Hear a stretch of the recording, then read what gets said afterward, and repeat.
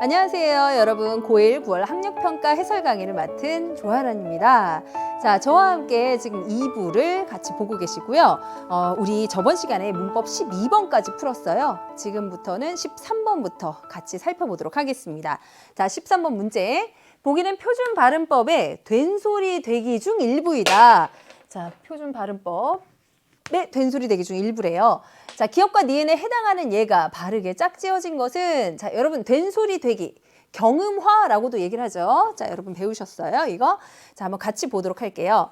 자, 밑에 보기를 봤더니, 자, 받침 기역. 자, 이 뒤에 괄호 안은 제가 그냥 굳이 하나하나 읽지 않을게요. 이 괄호 뒤에는 뭐냐면은요. 자, 이 뒤에는 여기 앞에 받침 기역 이렇게 딱 나와 있잖아요. 기역으로 소리 나는 받침들이에요. 기역으로 소리 나는 받침들. 그러면 여기 디귿 뒤에 있는 괄호 안의 것들은 뭐겠어요? 디귿으로 소리 나는 받침들이라는 거죠. 비읍으로 소리 나는 받침들. 네, 자, 그래서 받침 기역, 디귿, 비읍 뒤에 연결되는 기역, 디귿, 비읍, 시옷, 지읒은 된소리로 발음한다라는 겁니다. 자, 그래서 간단하게 이렇게 써보자면, 정리해서 써보자면, 자, 받침 기역, 디귿, 비읍 뒤에 바로 이어서 오는 뒤에 받침 뒤에 온다니까 초성들이 되겠죠. 기역, 디귿, 비읍, 시옷, 지읒은 된소리로 발음이 된다라는 뜻. 자, 그다음 어간 받침. 자, 어간이란 말이 나오면 일단 무슨 품사를 떠올려야 돼요? 동사, 형용사를 떠올려야 되죠. 어간, 어미, 이 개념은 동사, 형용사에만 있는 그런 개념들이니까. 자, 어간 받침, 니은, 미음 뒤에 결합되는, 여기 니은, 지읒은 받침 니은으로 소리가 나고요. 그다음에 리을, 미음이라는 받침은 미음으로 소리가 나는 거예요. 자, 결합되는 어미의 첫 소리, 기역, 디귿, 시옷, 지읒은 된소리로 발음한다라는 거죠. 예를 들어서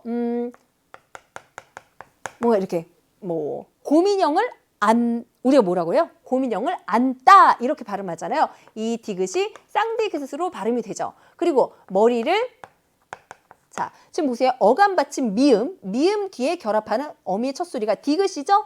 자, 이럴 때도 우리는 머리를 감다 아니라고 감따 이렇게 된소리로 발음을 하잖아요. 그렇죠? 다른 그 자음으로 해서 한번 써볼까요? 머리를 감지 이렇게 발음을 하죠. 네.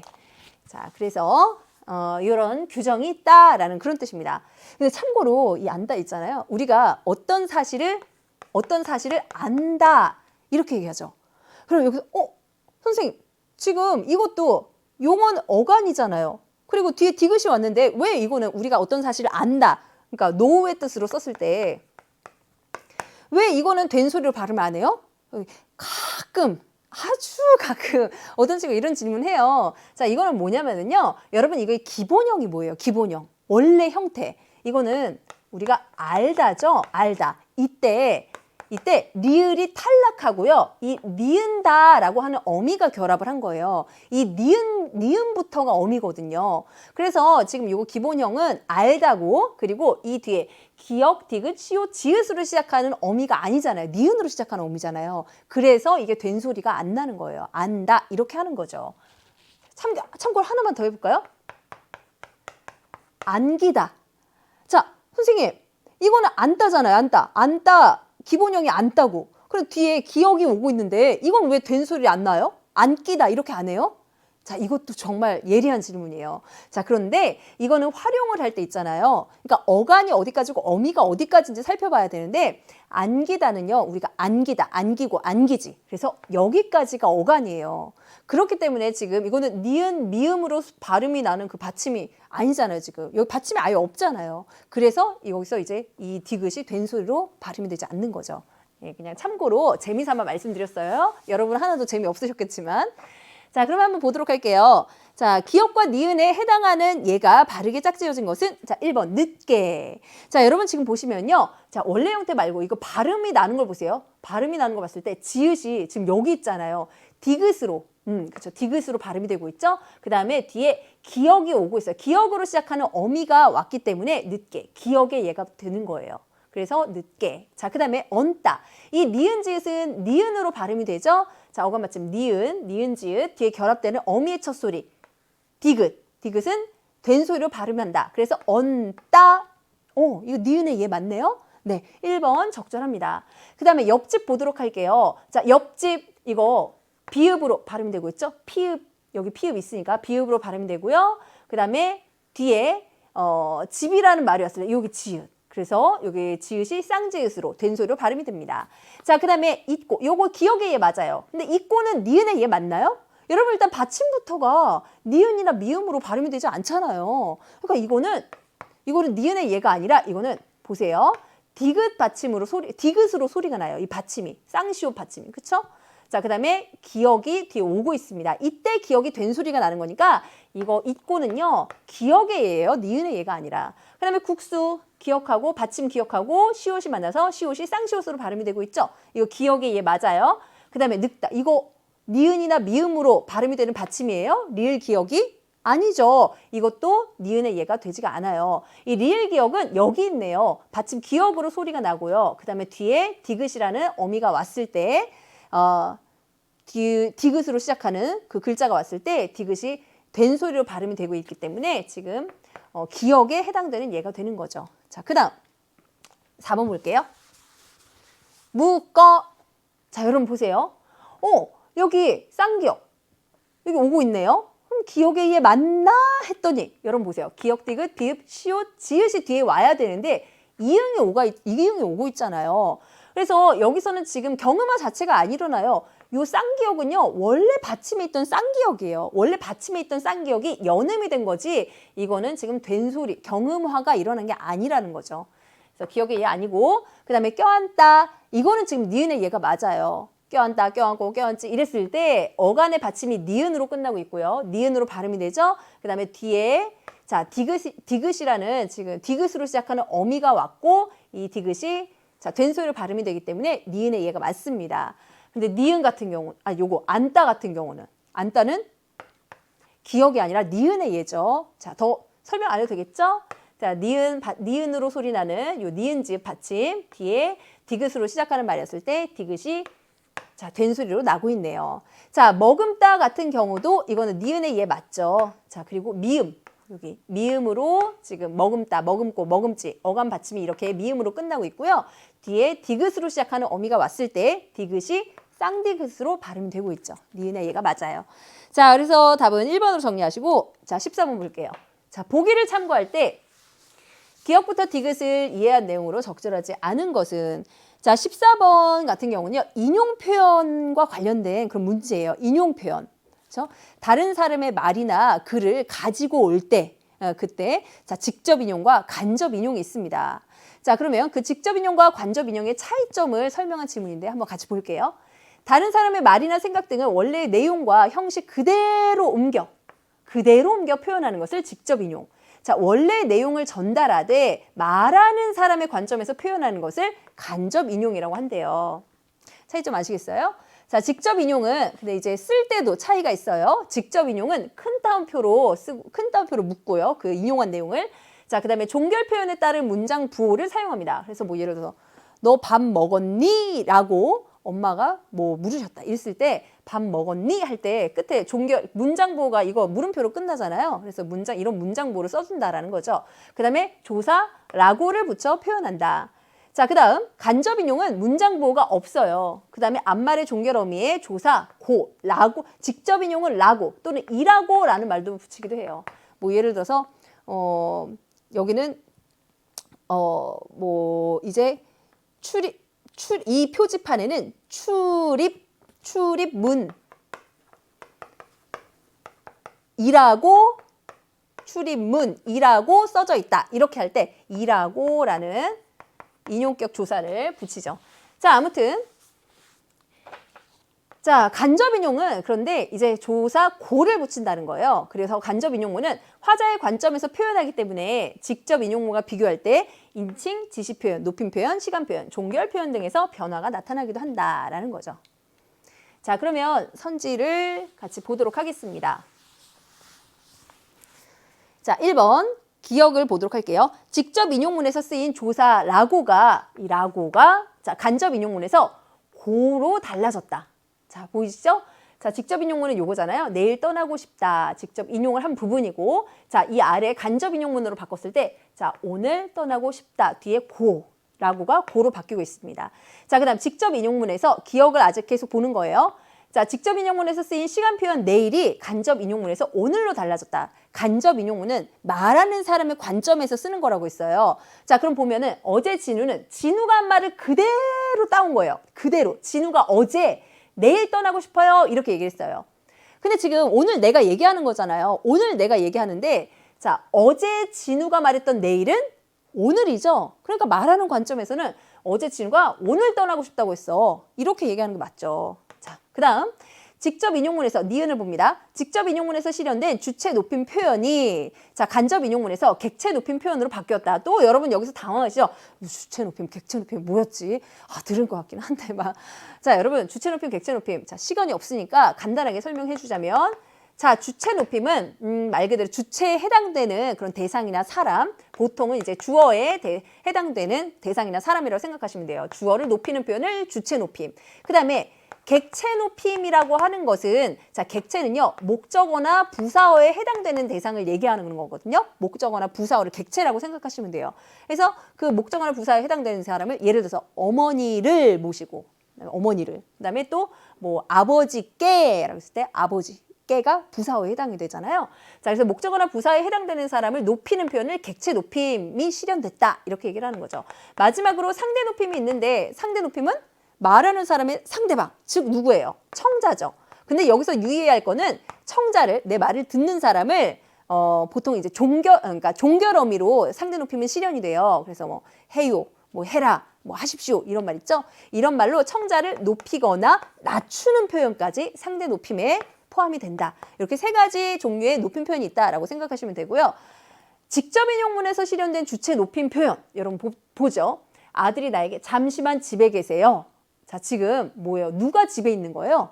그죠? 아버지가 이 아들의 아버지께서 잠시만 집에 계세요. 아버지께서 그러니까 여기서는 계세요라는 말이 있다. 있으세요. 이 말을 높인 거잖아요. 그러니까 이거는 주체 높임이 실현된 게 맞아요. 주체인 아버지가 집에 있는 거잖아. 그러니까 주체인 아버지를 높이는 표현이기 때문에 주체 높임이 실현이 됐어요. 자, 그러면 간접 인용문을 보죠. 자, 여기서 객체 높임이 실현이 되고 있나? 한번 볼까요? 아들이 나에게 잠시만 집에 있으라. 이 부분이 인용이 된 부분이죠. 그런데 여기서 누가 높여줬어요? 누가 있으라. 이거는 반말이. 이거 존대 안 한 거잖아요. 그래서 이거는 객체 높임도 주체 높임도 실현이 되지 않은 겁니다. 실현이 되지 않은 거예요. 자, 그래서 답은 3번. 적절하지 않은 거. 자, 4번, 5번도 볼까요? 자, 디귿을 보시면 직접 인용문에서 쓰인 1인칭이 여기 보죠. 나 1인칭 보이시죠? 간접 인용문에서 간접 인용문은 여기 어디 있어요? 자기는부터 그곳이 마음에 든다. 자, 이렇게 되고 있죠? 자, 3인칭 자기라는 표현으로 바뀌고 있습니다. 자, 그 다음에 5번도 볼게요. 직접 인용문에서 쓰인 지시 표현 이곳이 간접 인용문에서 그곳으로 달라졌다. 네, 다 맞는 선지네요. 자, 그래서 14번의 답 3번으로 정리하시고 자, 문법 마지막 문제 15번으로 가겠습니다. 보기는 단어 학습을 위해 활용한 사전의 일부이다. 탐구 결과로 적절하지 않은 것은 여러분 이렇게 사전을 활용하는 문제가 문법 문제에서 잘 나와요. 근데 사전을 활용하는 문제에서 주로 뭐가 다뤄지냐면 그 단어의 의미 관계 있죠. 단어의 의미, 뭐 반의 관계, 반대말, 뭐 유의 관계, 동의의 관계 이런 거에 대해서 문제를 만들 때 이 사전을 활용을 합니다. 그래서 여러분이 사전을 읽으실 줄 알아야 돼요. 사전에 나타난 정보를 이렇게 딱 파악하실 줄 알아야 되는데 자, 볼게요. 자, 이 게다 1, 게다 2, 게다 3 이런 거는 이제 표제어죠. 표제어라고 하고 여기 네모 안에 있는 거 동 이런 거는 뭐예요? 품사 정보를 나타낸 거예요. 이 단어가 동사입니다. 자, 그리고 이제 뜻이 나와 있고요. 이 표시는 뭐냐면 이 표제어가 어떻게 사용이 되는지 그 예문을 보여주고 있는 거예요. 용예라고 하죠. 그 다음에 여러분 여기 이 부분을 보시면 이건 또 뭐냐면은 이 표제어가 문장을 만들 때 반드시 필요로 하는 문장 성분을 나타낸 거예요. 근데 사실 모든 문장에서 주어는 기본적으로 다 들어가야 돼요. 그래서 주어는 생략하고 나머지 것들 중에서 반드시 필요로 하는 문장 성분. 그럼 보시면 뭐뭇을이라고 하는 목적어를 반드시 필요로 해요. 이 게다 이는. 그 다음에 또 뭐 이때는 또 에라고 하는 부사어를 또 필요로 하기도 하네요. 자, 이런 식으로 여러분이 사전을 읽으실 줄 알아야 되고요. 그 다음에 단어의 의미 관계와 관련해서 이 사전을 잘 활용한다고 했잖아요. 여러분 이것도 알아두세요. 자, 보시면 게다 1, 게다 2, 게다 3, 이 게다, 이 세 개의 게다는 무슨 관계에 있는 게다일까요? 자, 맞춰보세요. 동의의 관계다. 아니다. 유의 관계다. 자, 답은 뭐냐면, 자, 동의어, 그 다음에 유의어. 이것의 개념을 잘 알고, 정확하게 알고 계시는 분들은 제 질문이 어렵지 않았을 거예요. 자, 이 관계, 이 게다 세 개는요, 서로 각각 동음이의 관계에 있는 게다입니다. 자, 동음이라는 말은 뭐예요? 우연히 소리는 같지만 요 뜻 의자죠. 다를 이. 우연히 소리는 같지만 뜻은 다른 서로 완전히 다른 단어들이에요. 우연히 발음만 같지만. 그러니까 예를 들어서 여러분 반에 철수라는 친구, 김철수라는 친구가 있고 또 이쪽에 또 김철수라는 친구가 또 한 명 있다고 생각해 보세요. 이 둘은 그냥 우연히 이름만 같을 뿐이지 완전히 서로 다른 사람들이잖아요. 그런 관계에 있는 거를 이제 그 동음이의 관계에 있는 단어들이다 이렇게 얘기를 하는 거죠. 그런데 여러분 여기 보세요. 게다 1에 보면은 밑에 뜻이 두 개가 나와 있어요. 자, 이 뜻으로도 쓰이기도 하고 또 이 뜻으로도 쓰이기도 한다는 거죠. 그랬을 때는 이 둘은 게다 1에서 게다 1을 뿌리를 두고 이렇게 파생되어 나온 그러니까 이 둘은 유의어이다 이렇게 얘기를 하는 거예요. 비슷한 그 뜻을 가지고 있다. 자, 그래서 유의 관계에 있는 이 단어들은요, 같은 단어에서 파생되어 나온 것이기 때문에 뭔가 의미상 공통점이 있어요. 네.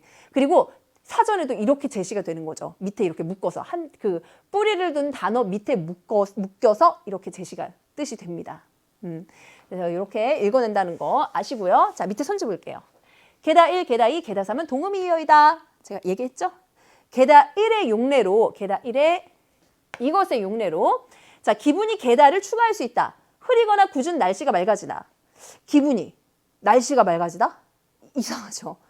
자, 이 1의 용례가 되지 못합니다. 네, 몇 번의 예가 될까요? 게다 1의 요 2번 언짢거나 우울한 마음이 개운하고 홀가분해지다. 자, 요 게다 1의 2번의 예문으로 적절한 그 문장인 거죠. 기분이 게다. 네, 그래서 자 2번 답으로 골라주시면 되고요. 3번 게다 2의 용례로 가루약을 찬물에 개어 먹다. 자, 가루약을 찬물에 개어 먹다. 여기 뜻을 한번 볼까요? 가루나 덩이진 것에 물이나 기름 따위를 쳐서 서로 섞이거나 풀어지도록 으깨거나 이기다. 그렇죠? 가루약을 찬물에 개다라는 요 게다의 뜻이 이거 맞죠? 자, 그 다음 4번 게다 3의 반이어로 펴다를 들 수 있다. 한번 볼까요? 옷이나 이부자리 따위를 겹치거나 접어서 단정한 게 포개다. 자, 여러분 자고 일어나서 이불 잘 계시나요? 자, 그걸 반대말 뭐예요? 이부자리를 펴다죠? 펴다. 자, 그 다음 게다 3의 반이어로 펴다를 들 수 있다. 방금 읽고 게다 3은 게다 1과 달리 목적어를 필요로 한다. 자, 그럼 여러분 봅시다. 목적어를 필요합니까? 여기 있네요. 필요한 문장. 게다 3이 필요라는 문장 성분. 뭐뭇을 이라는 목적어라고 여기 딱 제시되어 있네요. 근데 게다 1에는 없잖아요. 아무것도. 그래서 답이 아니라 5번도 적절한 얘기가 되고요. 답은 2번으로 정리하시면 되겠습니다. 자, 문법 문제는 여기까지였어요. 자, 이제부터는 독서 문제입니다. 자, 인문 영역의 지문이 나와 있는데요. 자, 인문 영역 지문은 사실 좀 친구들이 굉장히 읽으면서 선생님 지루해요. 되게 막연해요. 막 이렇게 공중에 붕 뜬 얘기 같아요. 현실 감각이 좀 떨어지는 얘기들 같아요. 막 이런 얘기들을 많이 해요. 근데 맞아요. 인문 영역 지문에서는 주로 철학적인 얘기들을 많이 다루거든요. 철학이라는 단어만 들어도 뭔가 좀 여러분 부담스럽죠. 그렇죠? 그래서 철학적인 얘기, 뭔가 그 유명한 철학가들, 사상가들의 그런 관념적이고 추상적인 얘기, 이런 얘기들을 많이 다뤄요. 그래서 좀 어려운 단어들도 많이 나오기 때문에 예를 들자면 방금 말했던 관념적이다, 추상적이다, 형이상학적이다, 형이하학적이다, 막 이런 말들 잘 나오기 때문에 이렇게 자주 인문 영역에서 자주 나오는 용어들 잘 알아두시고요. 그다음에 인문 영역과 관련해서 좀 배경 지식을 많이 쌓고 싶다. 그러면 여러분 도덕 시간, 윤리 시간 이런 시간에 잘 나오는 유명한 철학자들 있죠. 뭐 동양 철학자들, 서양 철학자들, 뭐 플라톤이나 칸트나 뭐 공자, 맹자 이런 사람들 나오면 이렇게 잘 챙겨 봐두세요. 그러면은 이 인문 영역의 배경 지식을 쌓는데 도움이 되실 거예요. 자, 그러면 같이 한번 보도록 하죠. 어떤 얘기를 다루고 있나? 서양 철학은 존재에 대한 물음에서 시작되었다. 존재에 대한 물음에서 시작되었다. 자, 고대 그리스 철학자 파르메니데스는 있는 것은 있고 없는 것은 없다고 말했다. 그는 어떤 존재가 있다가 없어지고 없다가 있게 되는 일은 불가능하다. 불가능하다. 그러니까 존재라는 것이 생성되고 소멸되고 이런 것이 불가능하다. 존재의 생성과 변화 소멸을 부정했다. 그에게 존재는 영원하며 절대적이고 불변성을 가지는 것이었다. 파르메니데스라는 사람은요. 존재라는 것에 대해서 자, 어떤 것이다? 영원하다. 절대적이다. 불변하다.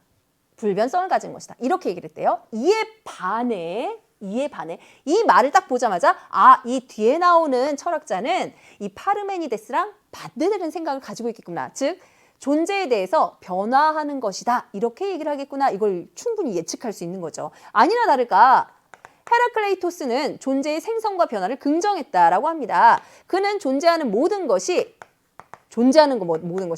변화하는 과정 중에 있으며 끊임없이 생성과 소멸을 반복하는 것이라고 생각했다라고 했어요. 자, 존재에 대한 두 철학자의 견해는 플라톤의 이데아론에 영향을 주었다라고 했습니다. 자, 이 두 사람의 견해가 누구한테요? 플라톤의 이데아론에 영향을 주었대요. 어떤 영향을 줬을까요? 플라톤은요, 존재를 끊임없이 변하는 존재와 영원히 변하지 않는 존재로 나누었다. 플라톤은 이 두 사람의 그 의견들을 다 취했네요. 존재는 변하기도 하고요, 변하지 않기도 합니다. 그러니까 이게 둘 다 동시에 한다는 게 아니라 변하는 존재가 있고 변하지 않는 존재가 있다. 이렇게 얘기를 한 거죠. 자, 그는 우리가 경험하는 현실 세계의 존재는 변한다고 했다. 변하는 존재들은 우리가 경험하는 현실 세계의 존재들. 그리고 현실 세계에 존재하는 모든 것의 근원을 이데아로 상정을 했습니다. 이 현실, 우리가 존재하는 현실의 모든 것의 근원이 되는 것. 그것을 뭐라고 했다고요? 이데아로 상정을 했대요. 여러분, 상정한다라는 말은요, 뭐 A라고 이렇게 줄표시가 딱 되어 있지만은 이 상이 생각상자예요. 생각해서 무엇이라고 가정하다 이런 뜻이에요. 자, 그래서 이데아로 이렇게 가정을 하고 생각을 하고 이데아를 영원하고 불변하는 존재, 영원하고요, 불변하는 존재 그 자체로 완전한 진리로 여겼다. 자, 반면에 현실 세계의 존재는 이데아를 모방한 것이지 이데아를 모방한 것일 뿐 이데아와 달리 불완전하다고 보았다. 또한 감각을 통해 인식할 수 있는 현실 세계의 존재와 달리 현실 세계는요, 우리가 감각을 통해서 인식할 수 있고요, 이데아는 오직 이성에 의해서만 인식할 수 있다는 이성 중심의 사유를 전개했다. 자, 플라톤의 이러한 견해는요, 이 이데아론은요, 이후 서양 철학의 주류가 되었답니다.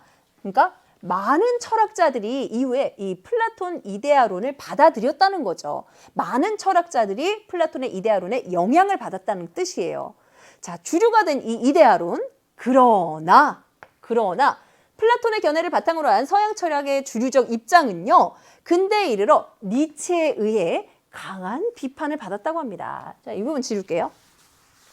그 존재에 대한 그 플라톤의 생각이 니체한테는 그다지 썩 이렇게 납득이 되지 않았나 봐요. 니체는 플라톤을 비판했다고 합니다. 자, 헤라클레이토스의 견해, 헤라클레이토스는 아까 얘기 뭐라고 그랬죠? 아까 헤라클레이토스가 그러니까 존재는 변한다. 생성과 소멸을 한다. 막 이런 얘기를 했어요. 근데 이 니체는요, 헤라클레이토스의 비슷한 의견이다라고 이렇게 표시를 할게요. 헤라클레이토스의 견해를 받아들인 니체는 영원히 변하지 않는 존재, 절대적이고 영원한 진리는 없다고 주장했다. 또한 우리가 살고 있는 현실 세계가 유일한 세계, 현실만이 유일한 세계 라고 신은 죽었다라고 선언하며 형이상학적 이원론이 말하는 진리, 신 중심의 초월적 세계, 합리적 이성체계 모두를 부정했다라고 했습니다. 그러니까 현실 세계를 초월하는 그런 초월적인 세계는 존재하지 않는다. 우리가 지금 경험하고 우리 감각으로 느끼는 이 현실 세계만이 유일한 세계이다. 유일하게 존재하는 세계이다. 이런 얘기를 한 거예요. 그리고 모든 존재는 다 변화한다라는 헤라클레이토스의 견해를 받아들였다는 거죠. 자, 그다음에 형이상학적 이원론이라는 말이 나왔는데 지금 형이상학적 이원론 밑에 뜻풀이가 되어 있죠. 세계를 경험의 세계와 경험을 초월한 세계로 나누고 사물의 본질과 존재의 근본 원리를 사유를 통해 연구하는 이론. 이 말을 읽어도 무슨 뜻이지? 이건 뭔 뜻이야? 이렇게 생각이 되잖아요. 제가 간단하게 말씀을 드리자면 자, 형이상학적이라고 했을 때 이 형이 형태라는 뜻이에요. 우리가 우리 감각으로 느낄 수 있는, 우리가 눈으로 확인하고 손으로 만질 수 있는 그런 형태, 구체적인, 실제적인 그런 형태를 얘기하는 거죠. 그런데 그것의 이상, 그걸 뛰어넘는 개념. 그러니까 이 형태가 없는, 그 형태 없이도 존재하는 개념. 그러니까 뭔가 추상적이고, 뭔가 생각으로 이렇게 막 하는 관념적이고, 추상적이고, 초월적인 이런 것들이 이제 형이상학에서 연구하는 그런 대상이라고 보시면 되고요. 이 형이상학과 그 대조되는 개념이 뭐냐면 뭘 것 같아요? 형이하학. 그러니까 형태를 갖춘 것들. 그러니까 형이상학이 그 반대라고 생각하시면 돼요. 뭔가 구체적이고, 실제로 존재하고, 그죠? 경험으로 우리가 알 수 있고, 뭐 이런 것들이 이제 형이하학에서 관심을 갖는 그런 대상, 연구하는 대상이라고 생각하시면 되겠습니다. 뭔가 좀 감이 오시나요? 자, 아무튼 그래서 이런 초월적인 세계를 부정했다. 니체가. 라는 거죠. 자, 니체는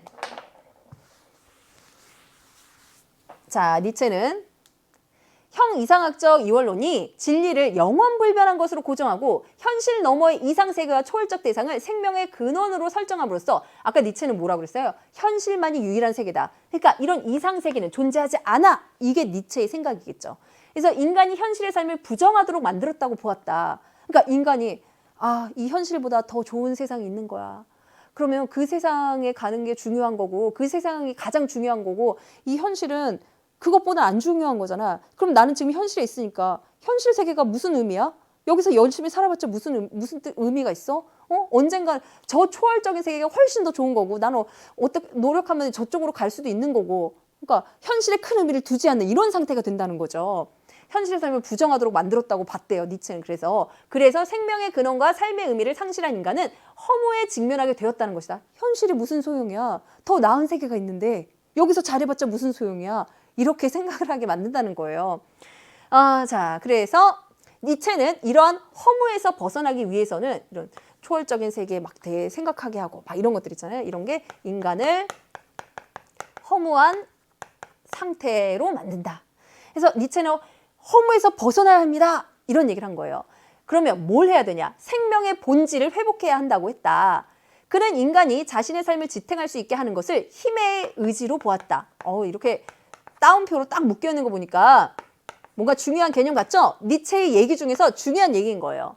힘의 의지로 봤다. 니체가 말하는 힘의 의지는 무엇이냐면 주변인이나 사물을 자기 마음대로 지배하고 억압하려는 그런 의지가 아니에요.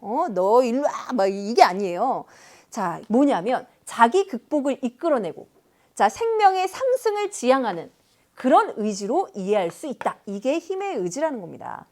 니체는 이러한 힘의 의지가 생성과 변화의 끊임없는 과정 중에서 창조적 생성작용을 하는데 그 최고의 형태가 예술이라고 했다.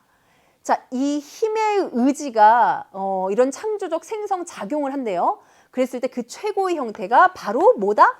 예술이다. 그는 본능에 내재한 감성을 바탕으로 하는 예술적 충동을 중시하였고 예술가의 창작 활동을 인간의 삶의 가치 상승을 도와주는 힘의 의지로 보았다. 그는 예술을 통해 생명력을 회복하고 허물을 극복할 수 있음을 강조한 것이다. 그래서 니체는 사람들한테 그러면 예술을 하십시오. 지금 여러분이 느끼는 그 감정을 표현하세요. 내면을 표현하세요. 막 이런 예술을 하는 게 중요합니다. 그래야지만 여러분의 허물을 극복할 수 있고 여러분의 생명력이 상승됩니다. 이런 얘기를 했다고 하네요. 니체가. 자, 그래서 이러한 니체의 철학적 견해는 20세기 초의 예술가들에게 많은 영향을 주었는데 특히 회화에서 독일의 표현주의가 니체의 철학을 수용했다. 자, 니체의 철학을 수용한 표현주의. 그럼 니체와 거의 비슷한 얘기를 하겠네요.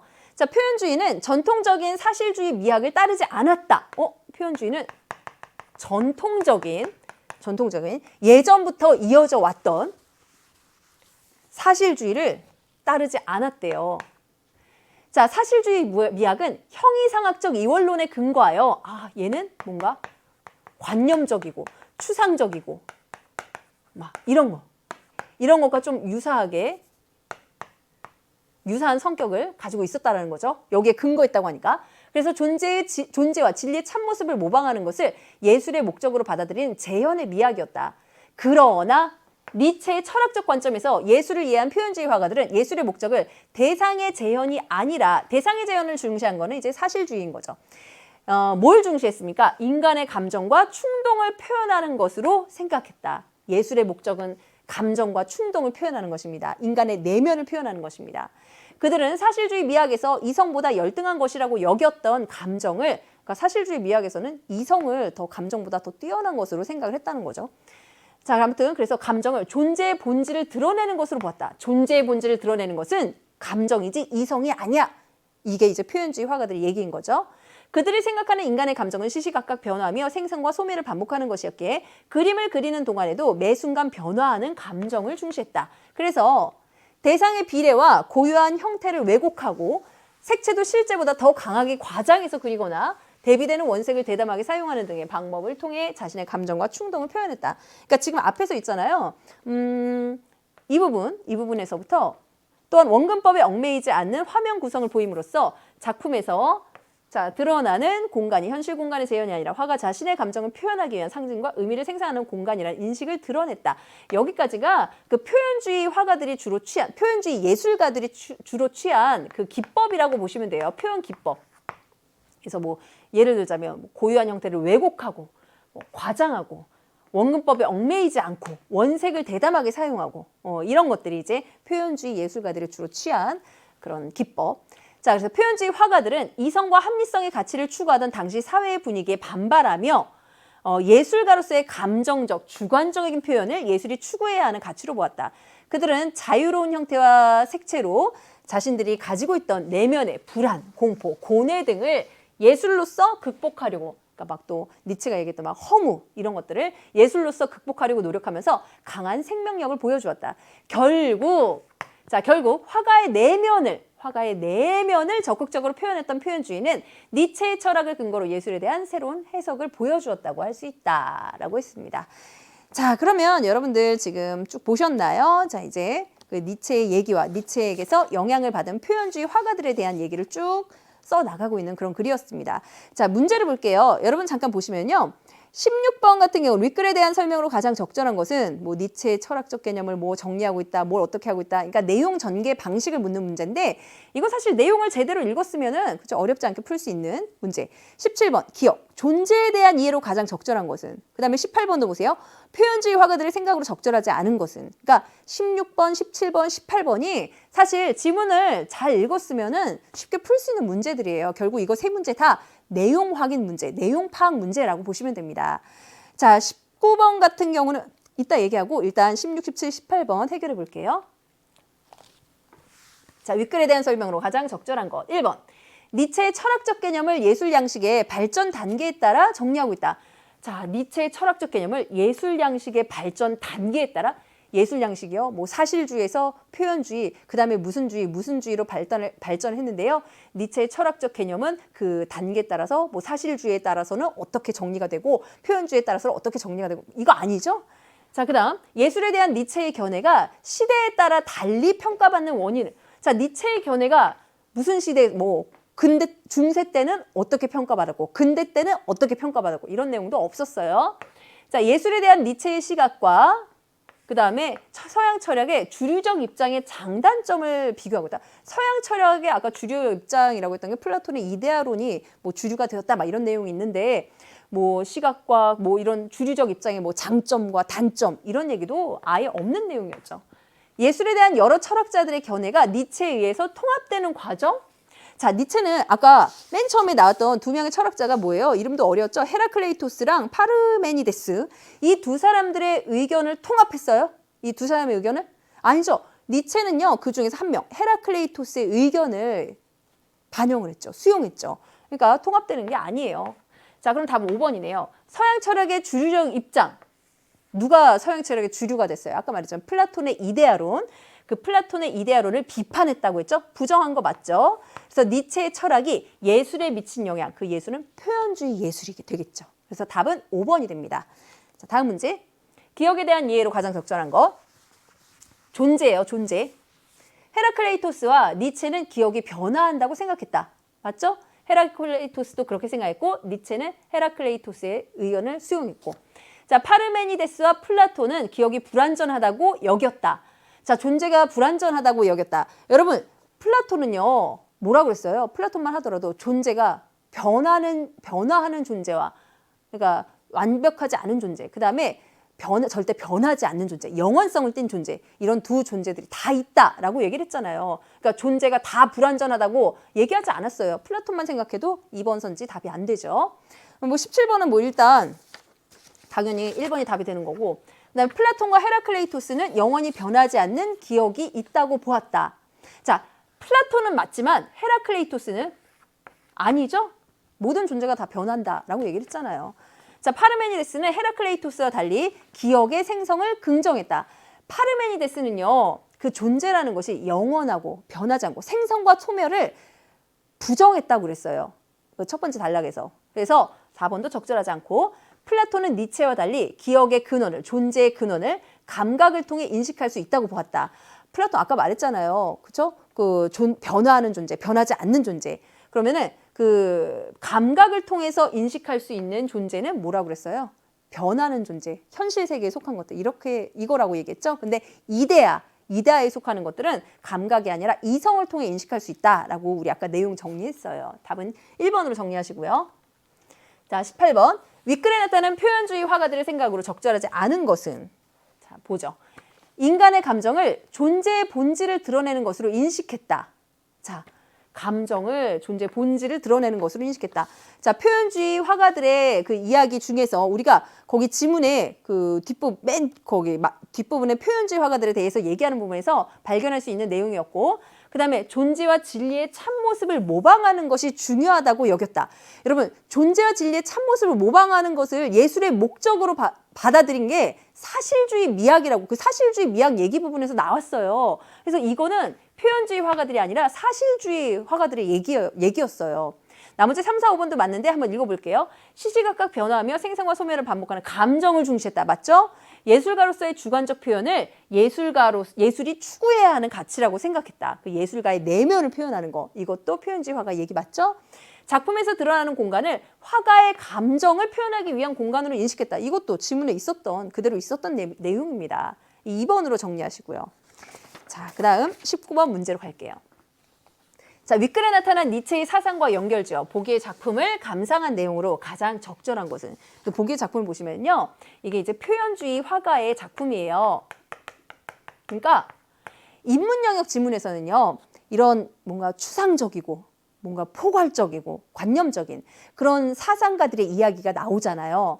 그러니까 그런 관념적이고 뭔가 뜬구름 잡는 것 같은 그런 이야기를 뭔가 구체적인 작품이나 구체적인 상황이나 이런 것에 적용하는 문제들이 잘 나와요. 그래서 여러분들이 거기 나와 있는 추상적인 관념적인 개념들을 구체적인 이야기에 적용할 줄 아는 그런 연습도 좀 하셔야 된다. 문제를 통해서, 기출문제 같은 것을 통해서 연습을 많이 해보시기 바랍니다. 자, 이 문제도 역시 그런데요. 자, 밑에 보기를 보시면, 자, 니체의 사상과 연결지어 보기의 작품을 감상하래요.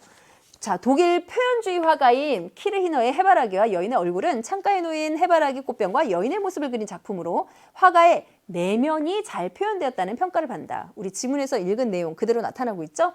해바라기는 노란색, 꽃병은 녹색, 배경은 주황색의 화려한 원색으로 그려져 있고, 해바라기 앞에 여인은 슬프고 우울해 보인다. 활짝 핀 해바라기의 윤곽은 빨갛고 두터운 선으로 그려져 해바라기의 노란색과 대비를 이루고 있다. 또한 여인보다 뒤에 있는 해바라기, 뒤에 있으면 사실 더, 원래 그 뒤에 있으면 작게 그려지잖아요. 근데 해바라기 꽃병 뒤에 있는 게 더 크게 그려지, 뭔가 왜곡되고 과장된 그런 형태로 그려졌다는 거죠. 그래서 그런 화면 구성을 보이고 있다. 자, 1번 볼게요.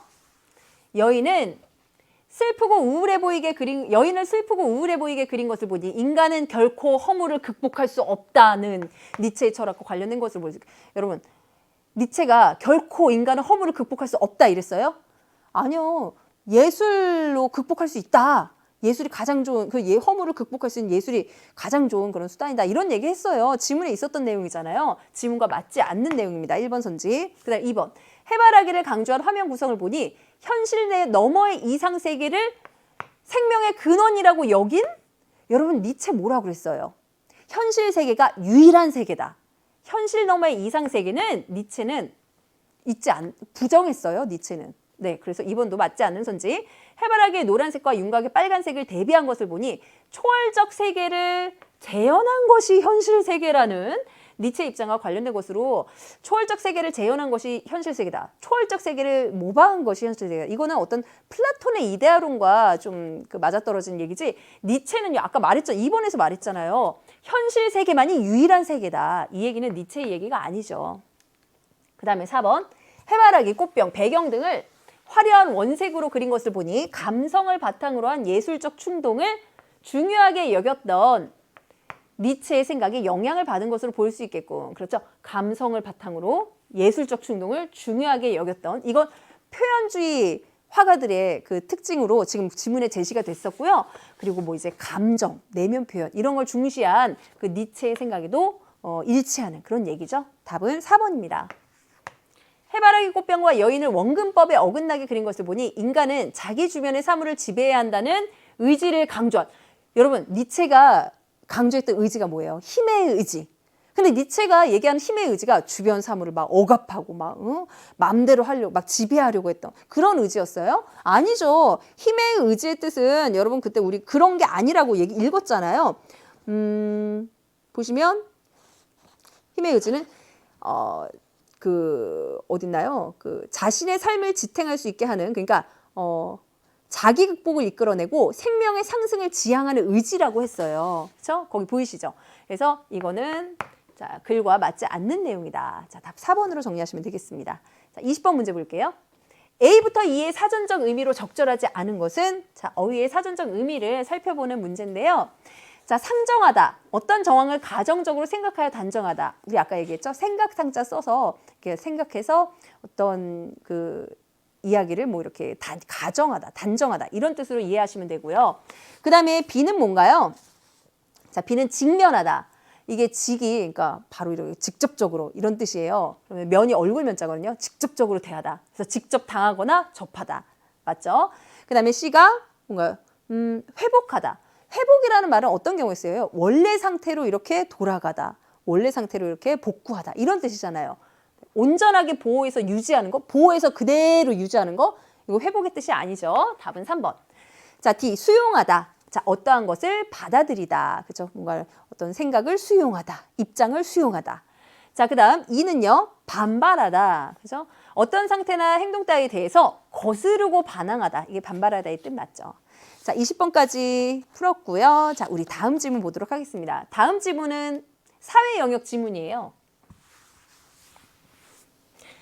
이 사회, 우리도 한 사회를 이루고 살아가고 있는데 아주 가족이라는 작은 사회에 속해 있기도 하고 학교라는 사회, 나중에 여러분 뭐 또 대학교, 뭐 직장, 이런 뭐 국가, 막 크게 보면 이런 아니면 세계, 지구촌. 자, 우리가 속해 있는 사회는 굉장히 많죠. 근데 많은 사람들이 이렇게 구성해서 모여서 살아가고 있는 이 사회는요, 그 사람들이 워낙 많은 사람들이 모였기 때문에 그 사회를 유지하기 위한 제도나 규칙 같은 게 필요해요. 그러니까 이제 법이나 뭐 이런 게 있겠죠. 그래서 그런 사회 현상들, 그리고 법, 뭐 경제, 이런 것들과 관련된 그런 내용을 다루고 있는 것이 사회 영역 지문이라고 보시면 되겠습니다. 근데 그 중에서도 특히 이제 우리 친구들이 어렵게 생각하는 그 사회 영역 소재가 뭐냐면 법하고 경제, 법하고 경제 영역을 좀 어렵게 생각을 해요. 그래서 여러분이 그런 것들과 관련해서 좀 배경 지식을 쌓고 싶다고 하면 평소에 신문 사설이나 어떤 신문 칼럼 이런 것을 좀 보는 습관을 들이시면, 맨날 그냥 핸드폰에서 막 자극적인 막 연예인 기사들 이것만 보지 마시고요. 뭐 그런 소재도 가끔은 중요할 때가 있겠지만 그것보다 이제 우리는 시험을 잘 봐야 되니까, 그렇죠? 사회 영역 지문을 좀 잘 읽고 싶다면, 배경지식을 쌓고 싶다면 신문, 사설, 칼럼 같은 것을 좀 읽어보시기 바라겠습니다. 자, 같이 한번 읽어볼게요. 자, 직장인 A씨는 셔츠 정기 배송 서비스를 신청하여 일주일간 입을 셔츠를 제공받고 입었던 셔츠는 반납한다.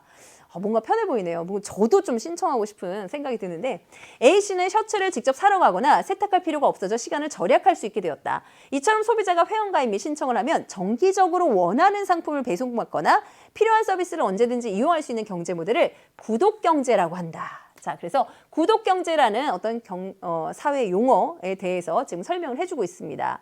자, 뭔가 그런 것도 있는 것 같아요. 이제 반찬 정기 배송 서비스.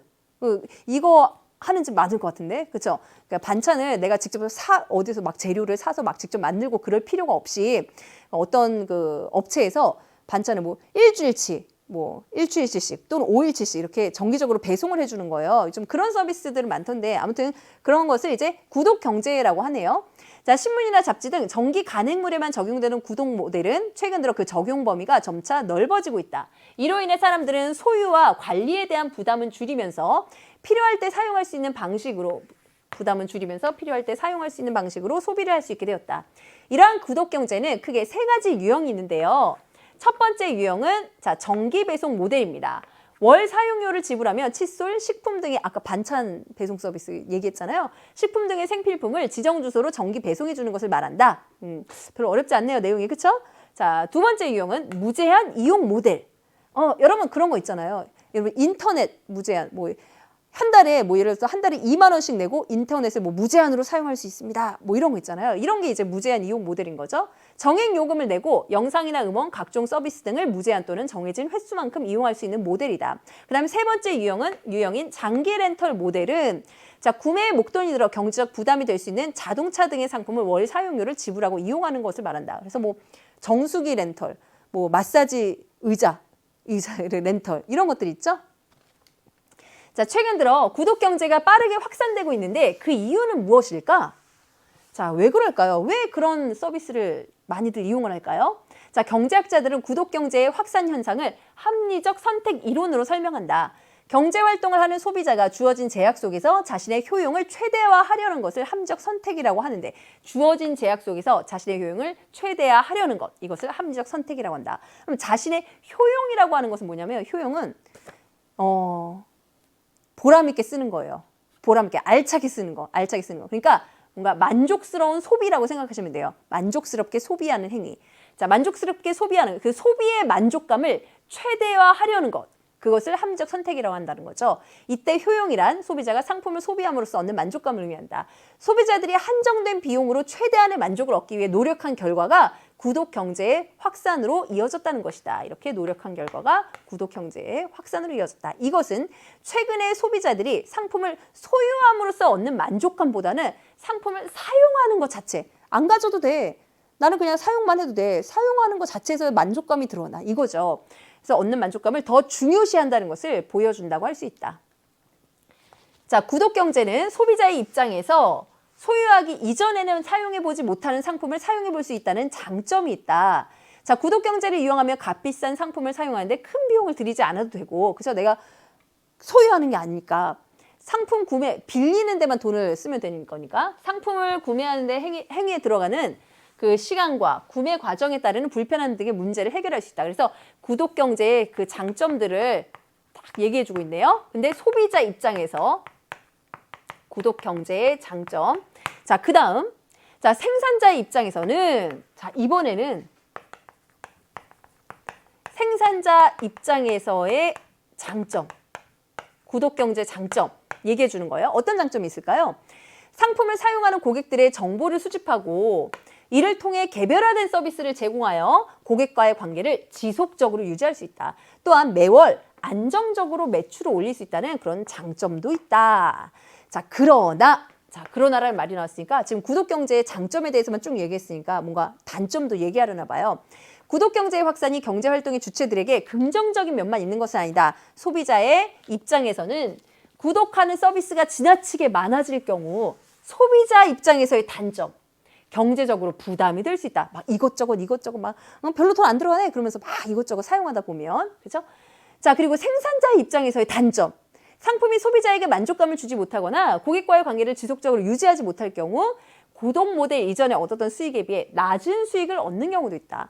그러니까 실제로 파는 것보단 빌려주는 게 수익이 좀 덜 할 거 아니에요. 그러니까 계획을 잘못 세우면 이걸 더 낮은 수익을 얻을 수도 있대요. 자, 따라서 소비자는 합리적인 소비 계획을 수립해야 될 거고요. 그 다음에 생산자는 소비자와 생산자가 각각 구독 경제를 좀 더 좋게 이렇게 활용하기 위해 필요한 자세를 지금 마지막에 제시하고 있습니다. 소비자는 합리적인 소비 계획을 수립하고 생산자는 건전한 수익 모델을 연구해서 그래서 자신의 경제 활동에 도움이 되는 방향으로 구독 경제를 활용할 필요가 있다라고 글을 마무리하고 있네요.